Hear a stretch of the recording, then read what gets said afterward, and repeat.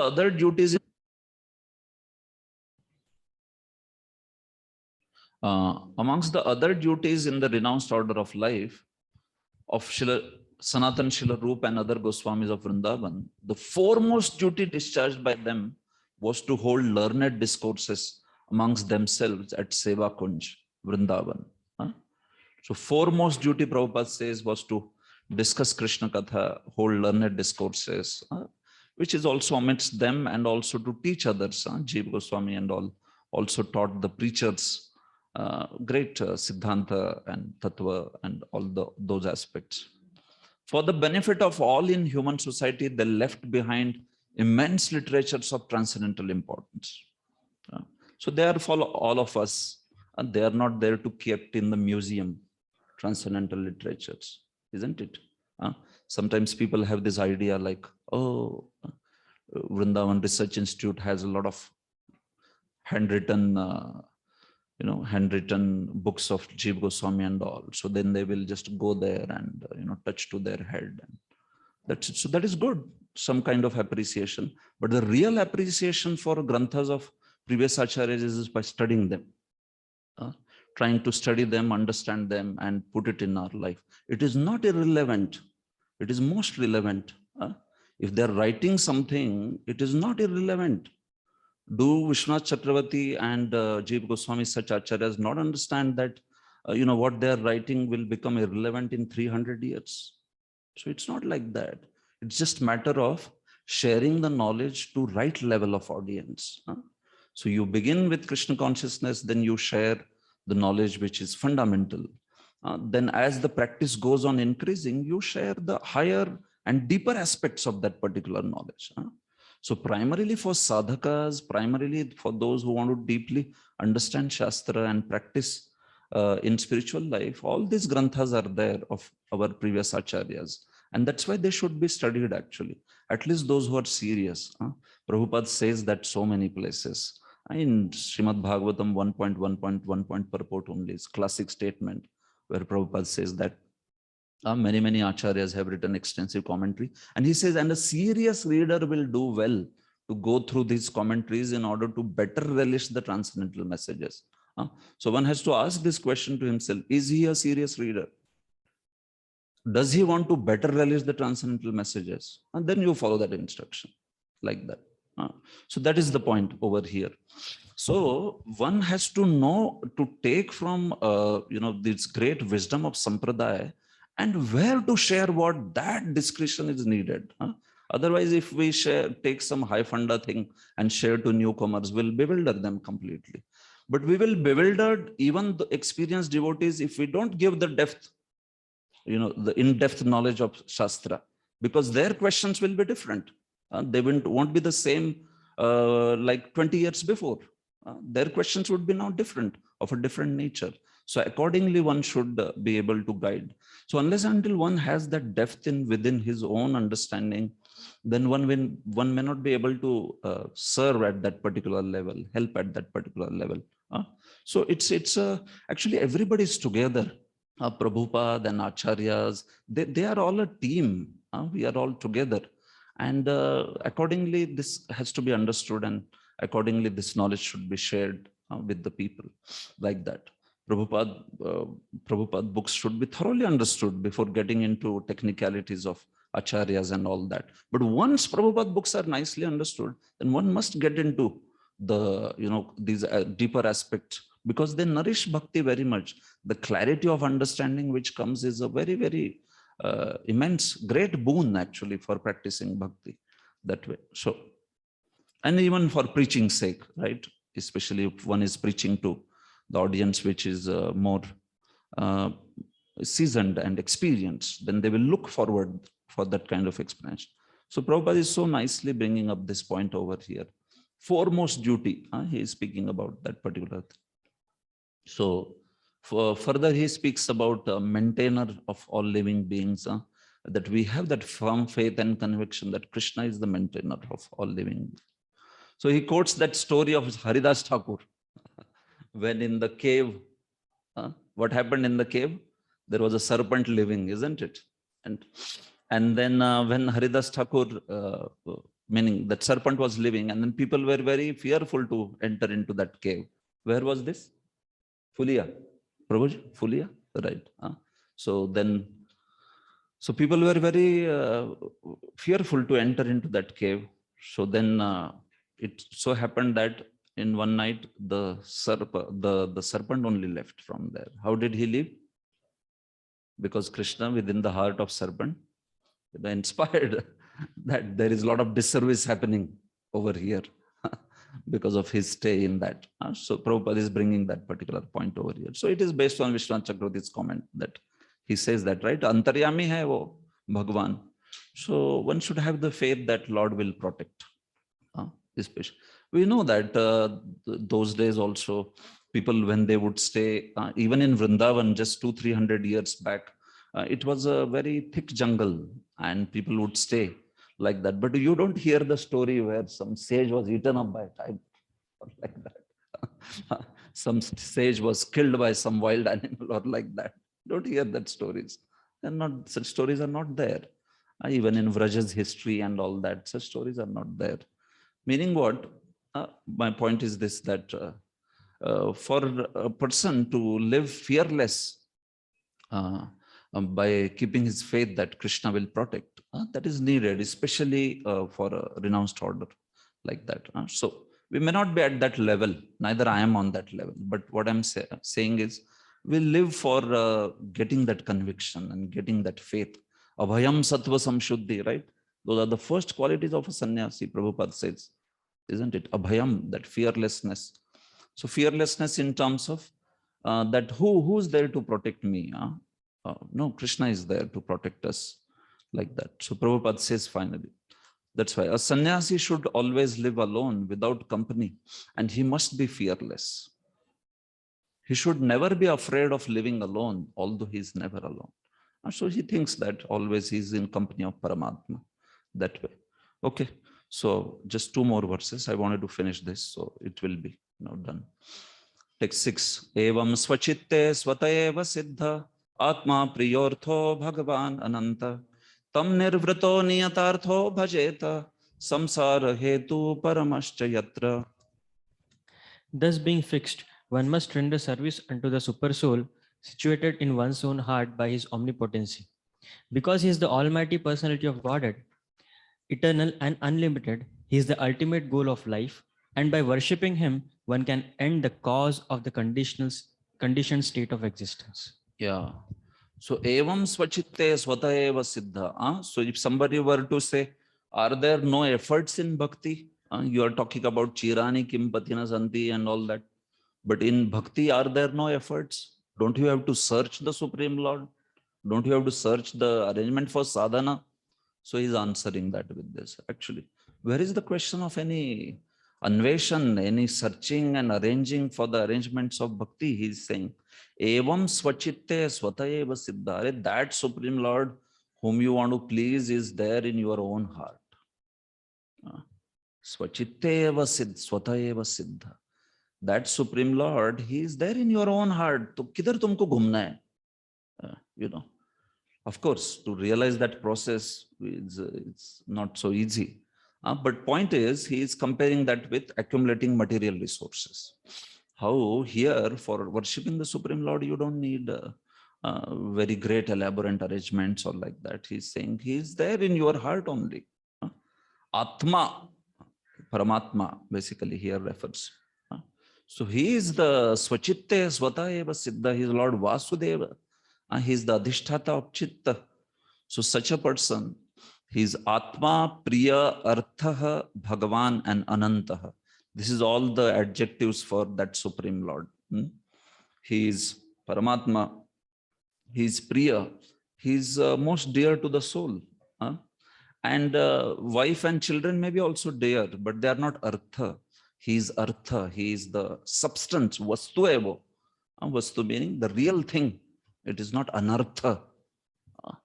And he's also very sweet. Bhagavan is filled with Madhurya qualities and all that.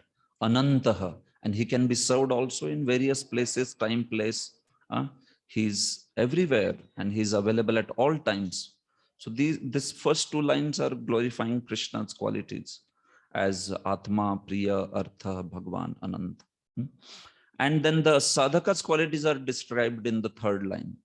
Nirvrito niyatartho. So this Bhagwan is made into the goal of life by sadhaka niyatartha.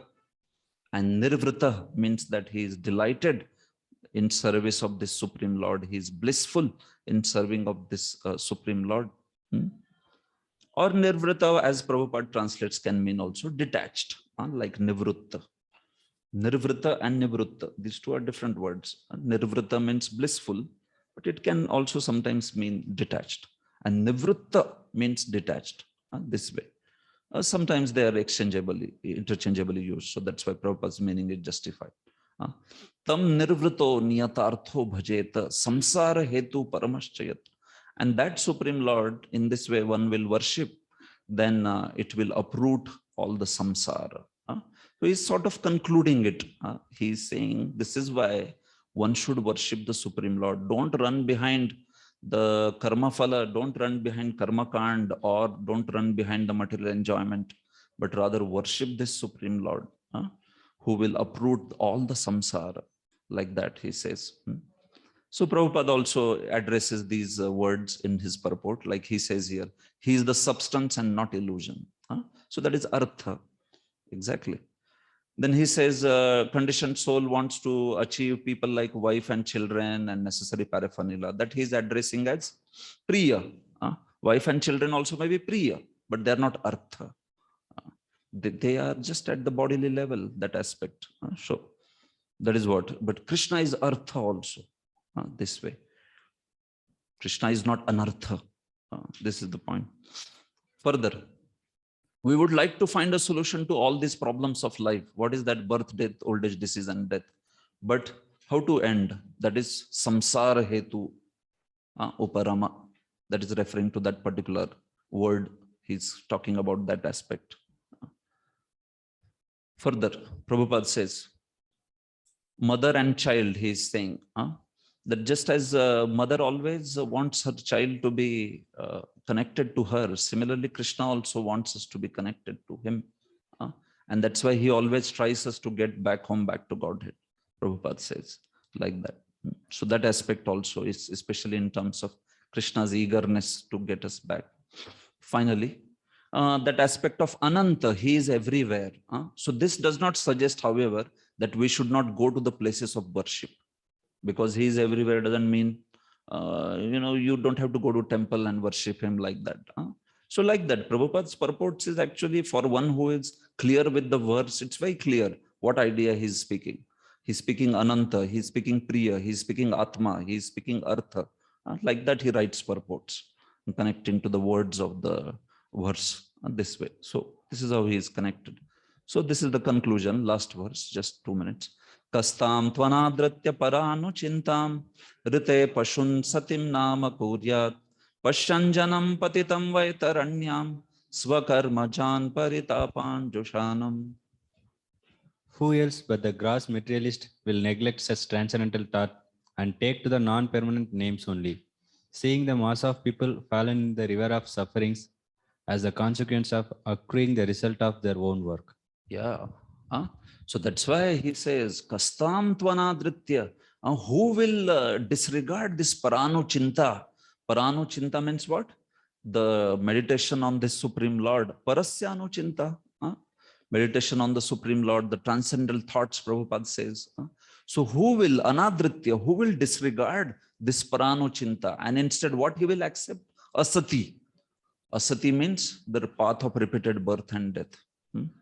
Who will disregard the great transcendental path of worshipping Supreme Lord and instead accept the path of asati rite pashun, except for the one who is an animal, he says.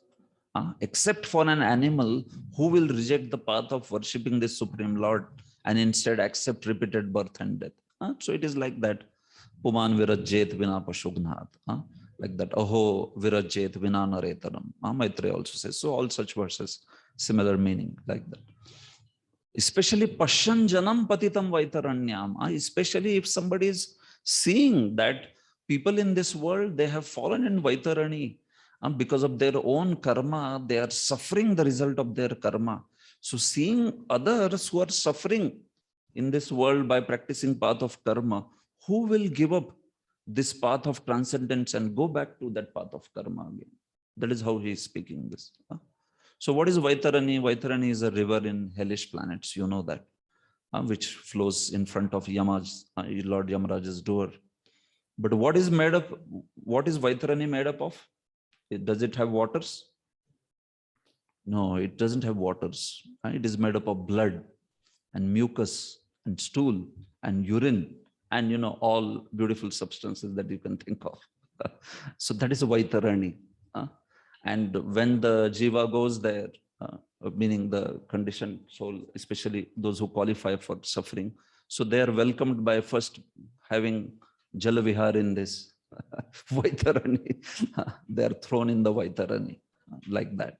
Then they suffer terribly. Everything goes in their mouth and like that. And of course they will not die, but that this way. So similarly, he is comparing the path of repeated birth and death to Vaitarani. Samsriti, asati is being compared to Vaitarani like that. So who will do that? He is saying. So don't be attached to karma kand, and don't be attached to karma phala. Don't be attached to upasana phala also.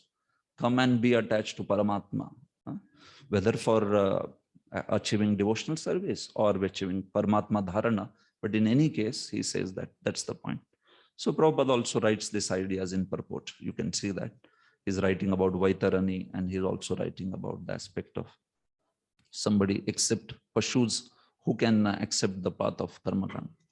Okay, I'll stop here. Grantraj. Okay, any questions or maybe any comments you have? Prabhuji? Any questions on this section? Of course, this section is quite popular, so most of you are aware. Probably you know better than me this section. You can speak better than me. But yeah, it was an important section, quite faith-giving for us as the path, as the practitioners of path of renunciation. And so, tomorrow, it's basically Krama Mukti and Sadhya Mukti. That section will go a little fast because there is not so much philosophy. And whatever is described by Acharyas, that much we can speak of about those. Yes, bro. Question. When you were explaining Yukta Vairagya, you told that devotee is very eager to get the things used by Krishna. Yeah. For that, he is very eager. Like we have heard, like I have heard the understanding of Yukta Vairagya is that the devotee is very eager to utilize the things for Krishna's service. Correct. And here I am hearing like he intends for using the things used by Krishna. So what is the understanding? Yukta Vairagya, Both the understand. Go out and get things for Krishna, or? See, how do you understand that Nirbandha Krishna Sambandhe word? Huh? Do you have some understanding of that word of Sanskrit? Nirbandha Krishna Sambandhe. What does it mean? Huh? See, using everything in Krishna's service, that's like fundamental understanding. There is no doubt about it. That's what is Yukta Vairagya, right? But if you see the explanation of Nirbandha Krishna Sambandhe in Tika, how Vishwanath Chakravarti and Srila Jiva Goswami, they say. So see, it's spoken in a context where you talk about utility of Vairagya. In Bhakti Sami Sindhu, if you see, it's spoken. So people who are Vairagya, they are not interested in anything which is like the flowers, or which is like the food, or which is like the resources of this world and all that. So they rejected everything. They are not interested in anything.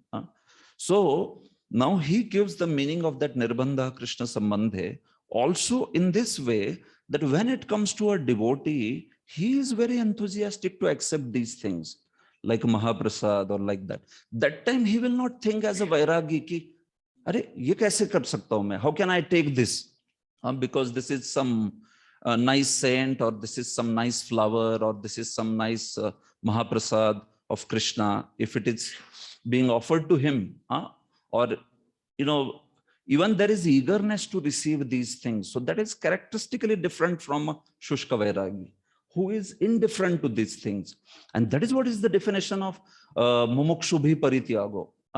So general understanding of utilizing everything in Krishna's service, that understanding is clear only. I am giving you specific meaning of the word Nirbandha Krishna Sambandhe.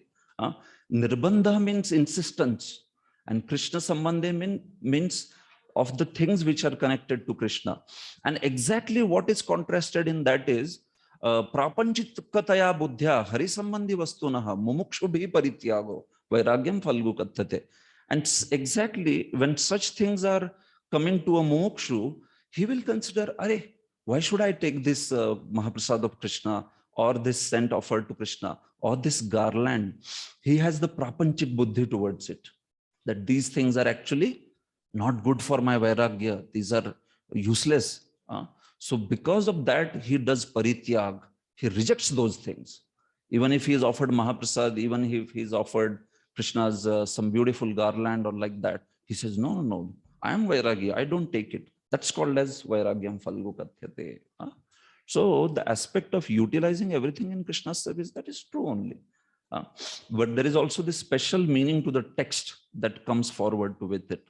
And with that comes the meaning also, that how even somebody like Rup Goswami or Srila Jiva Goswami, they would be most enthusiastic to get Krishna's upabhukta things, with the things which are enjoyed by Krishna, right? Toya upabhukta sragvasa gandha vasolankara charchita uchishta bhojanodasam vayam mayam jayemahi.